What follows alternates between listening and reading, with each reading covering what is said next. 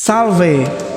Mari kita lihat saudara-saudaraku, ini adalah roti tak beragi ya, yang biasa digunakan oleh gereja Katolik untuk kurban Ekaristi.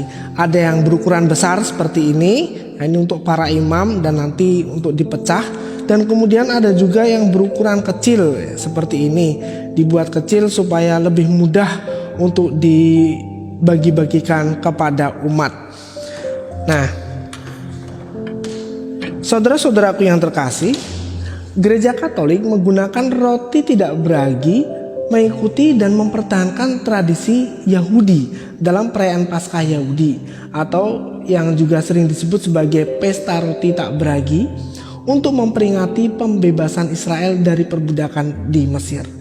Nah, roti tak beragi ini pula yang digunakan oleh Tuhan Yesus dan para muridnya di malam perjamuan terakhir. Sesuai dengan aturan dalam Redemptionis Sacramentum nomor 48, ini satu dokumen gereja, dan juga pedoman umum Misale Romawi nomor 320 dan hukum kanonik nomor 924 artikel 2, roti harus dibuat dari gandum murni dan baru, terhindar dari bahaya pembusukan, dan tidak boleh ada campuran bahan lain. Nah, jadi harus dicek nih. Jangan sampai ada jamurnya, atau mungkin ada dikasih gula, madu, atau buah-buahan, tidak boleh ya, harus murni. Dan bahkan yang membuatnya pun tidak boleh sembarangan saudara-saudaraku. Selain kelihatan dan tampak kesalehannya, orang itu juga harus terampil dan dilengkapi dengan peralatan yang sesuai. Biasanya nih, ada beberapa kongregasi para suster yang mendedikasikan dirinya untuk membuat roti untuk Ekaristi seperti ini. Lalu bagaimana dengan anggurnya?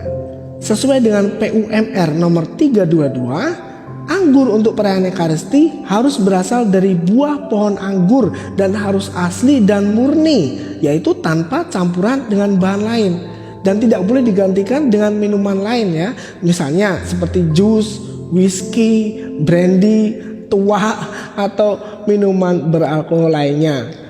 Nah, sekarang ada pertanyaan nih, bagaimana kalau terjadi setelah konsekrasi imam baru menyadari bahwa ternyata anggurnya salah, anggurnya bukan untuk anggur misa.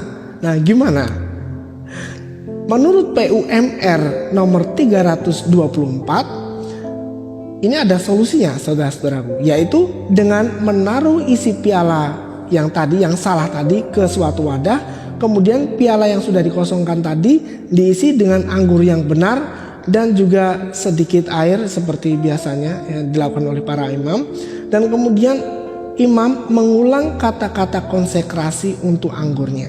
Sedangkan untuk roti tidak perlu diulang konsekrasinya karena yang keliru itu anggurnya. Nah, sebagai umat Katolik kita harus memahami hal-hal seperti ini yang tampaknya sederhana namun ternyata sangat penting.